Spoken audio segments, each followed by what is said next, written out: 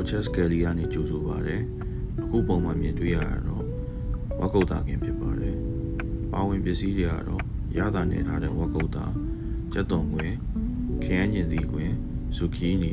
yellow pepper အဲ့လေးပါဝင်ပါတယ်အခုဆိုရင်ကျွန်တော် gray pan ပေါ်မှာစပြီးတော့กินနေပါပြီပထမတော့ညှက်နေယူနေရပဲဗျာဒါပေမဲ့နောက်ကျတော့အချိန်ကစကားပြောရလေကယ်လီထဲမှာလို့ရတာအတက်နိုင်လက်နဲ့တဲရတော့တာပဲမြင်တွေ့ရတဲ့အတိုင်းပဲကျွန်တော်ရိုက်ပြတာเนาะဗီဒီယို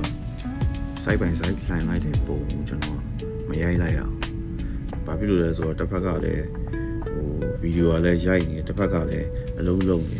ဆိုတော့ဂယ်လီထဲမှာသိတဲ့အတိုင်းပဲမအားရင်တော့မှတော့လွတ်တော်ရအများကြီးပေါ့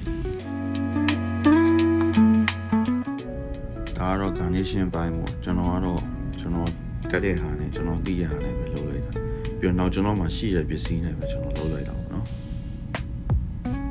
အထူးတလဲကြီးပေါ့ဗျာမီးဖို့ကြောင့်မှရှိတဲ့ပစ္စည်းတွေနဲ့အဆင်ပြေအောင်လုပ်နိုင်တော်တော် fine